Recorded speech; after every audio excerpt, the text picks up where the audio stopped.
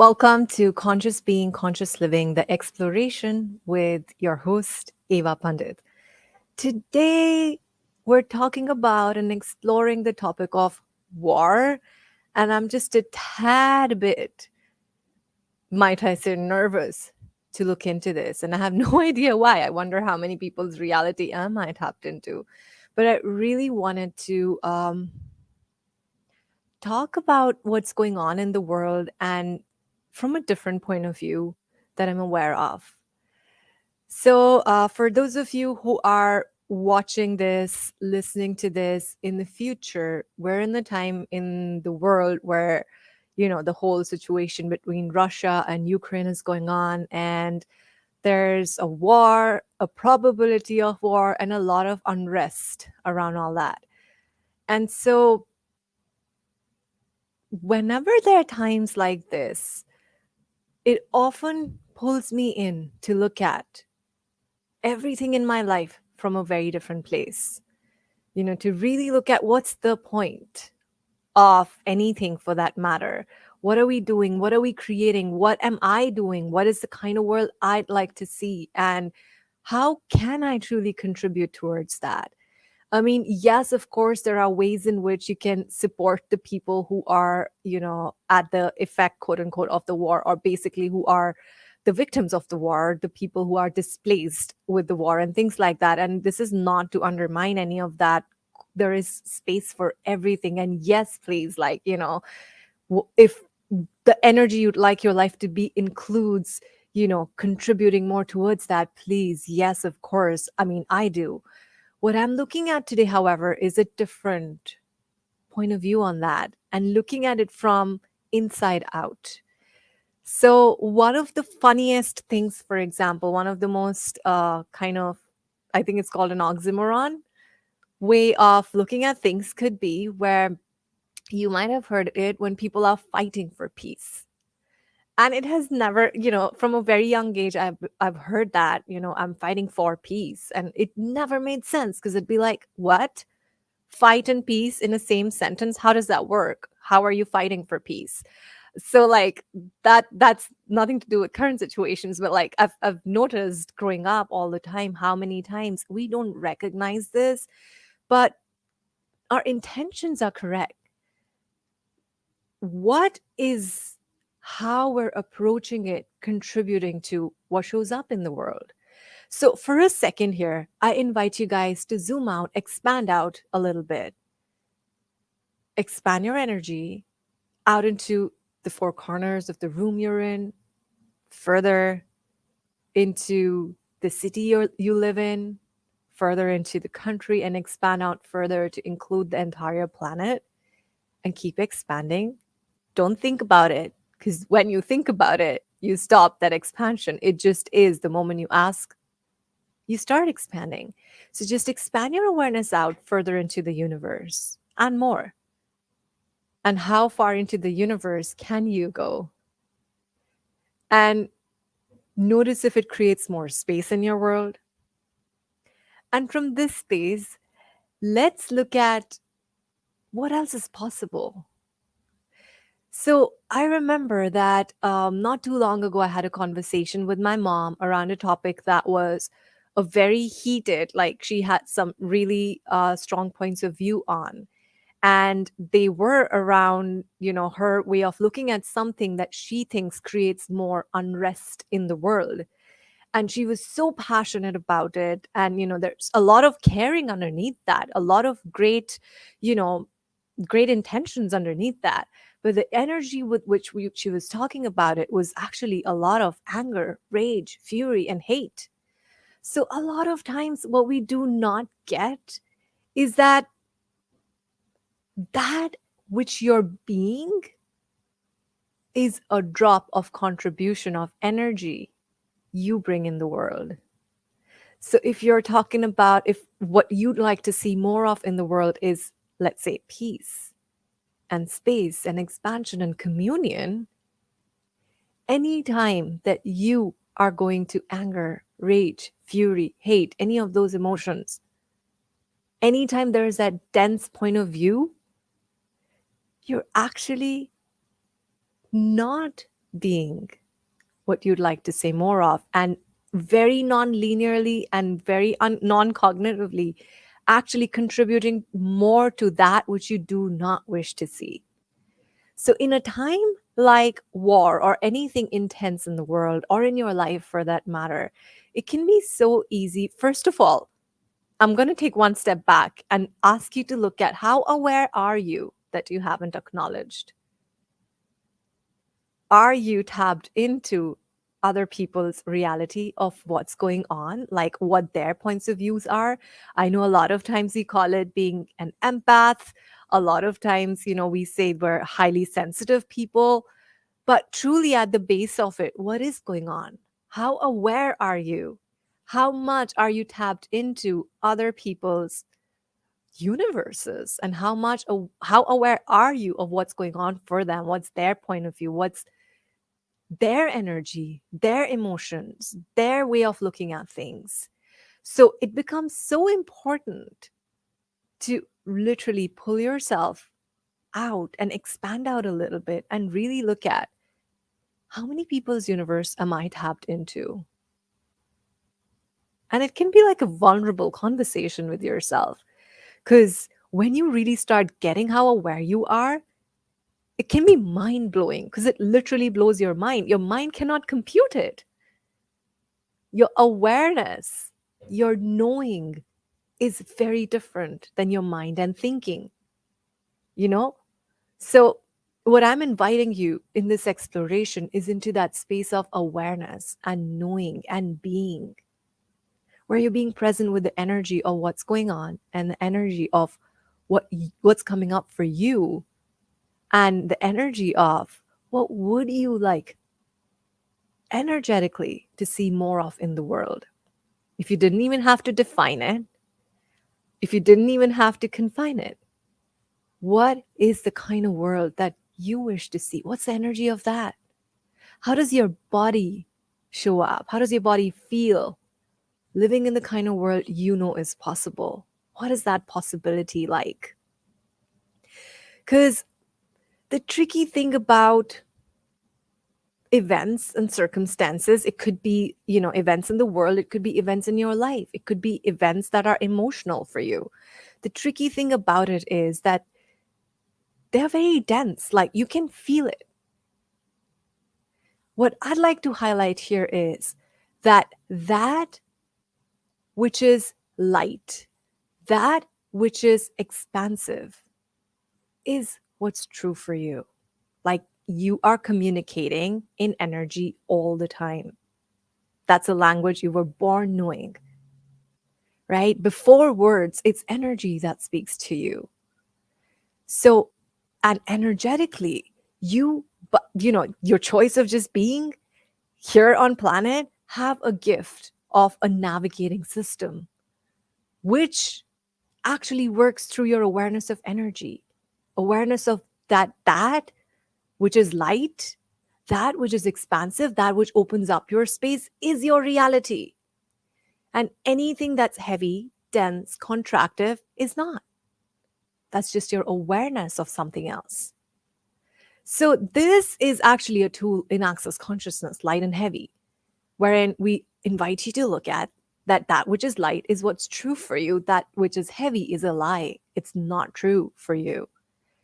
And so, let's just play with that for a second. And notice, even when I say that, does that bring up a sense of space in your world?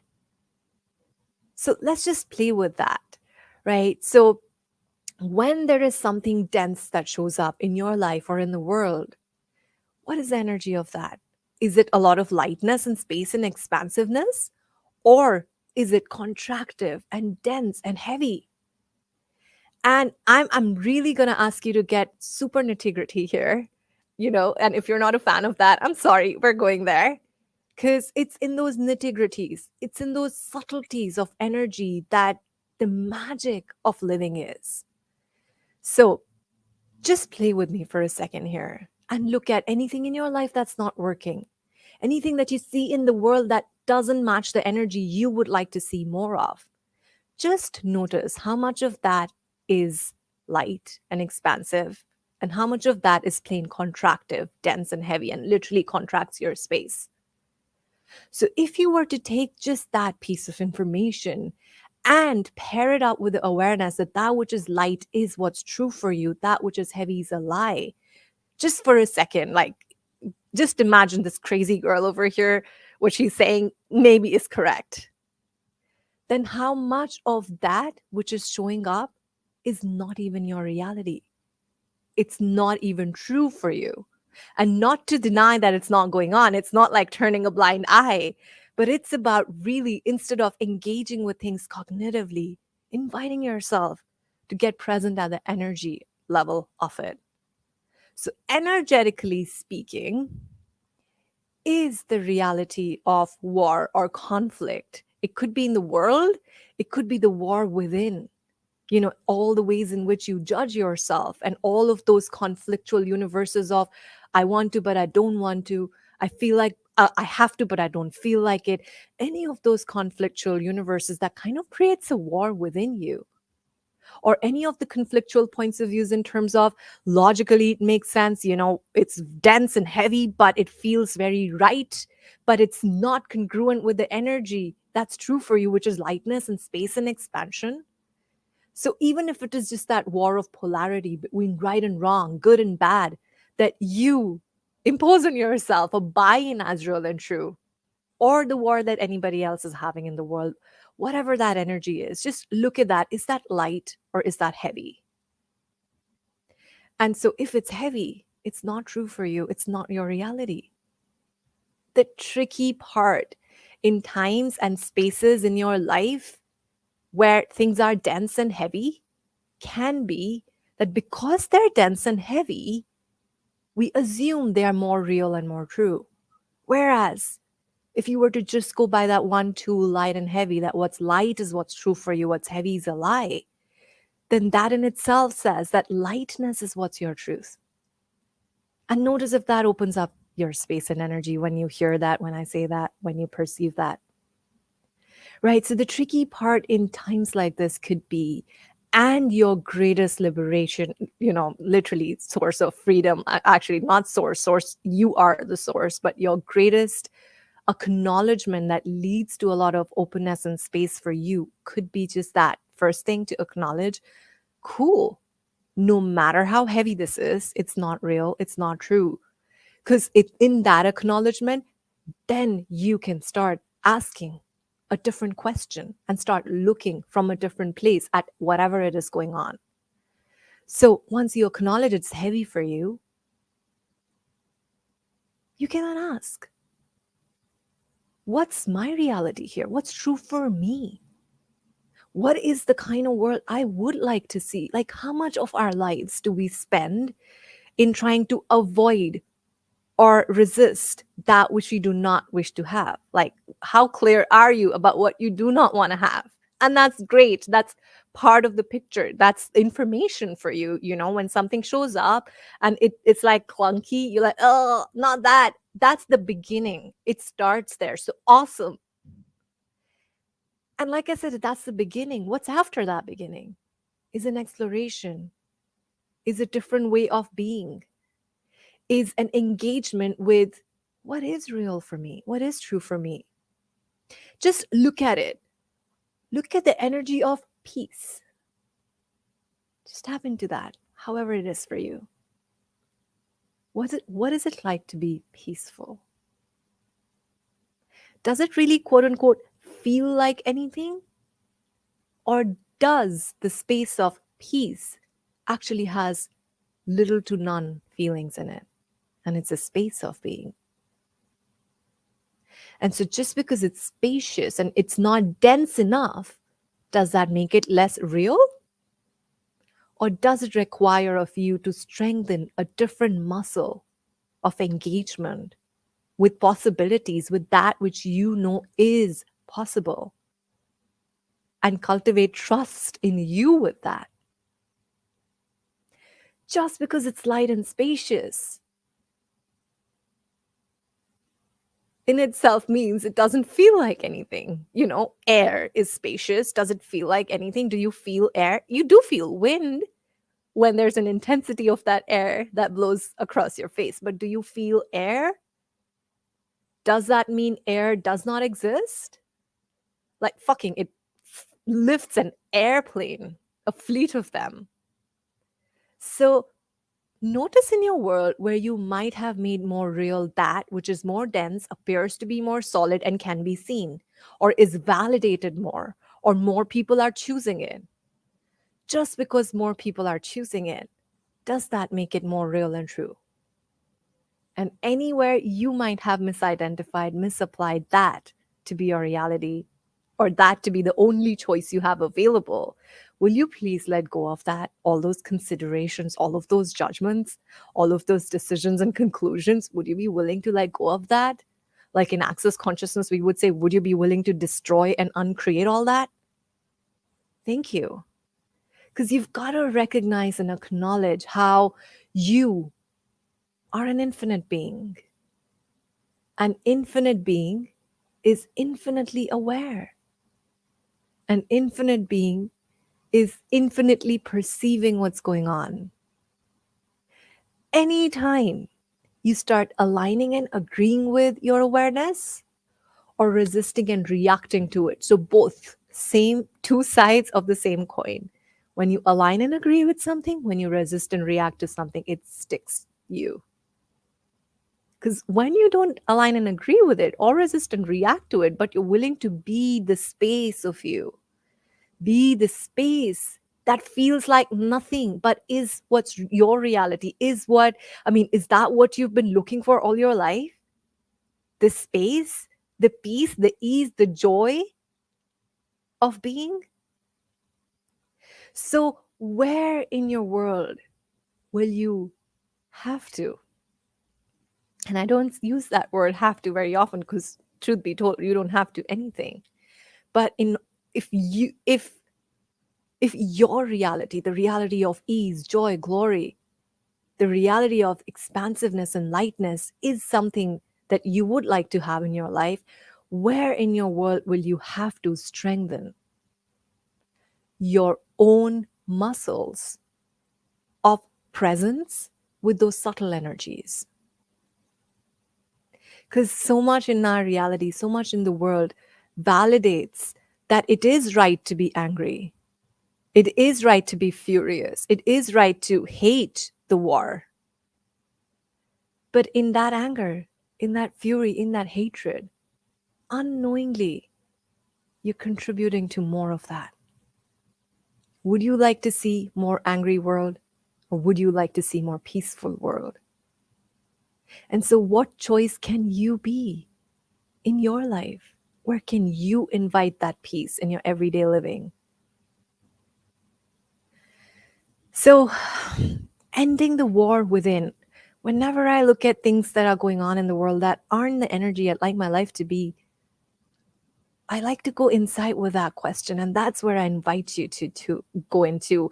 And don't take me wrong, I'm not perfect at it. So many times in my life, I've given up that space of expansion in favor of wanting to fit in, wanting to have a dialogue, wanting to contribute to a dialogue that is already dense, like a conversation that's already dense. You know how when people are talking about these topics, the level of rightness in their universe, as if that's going to create some change?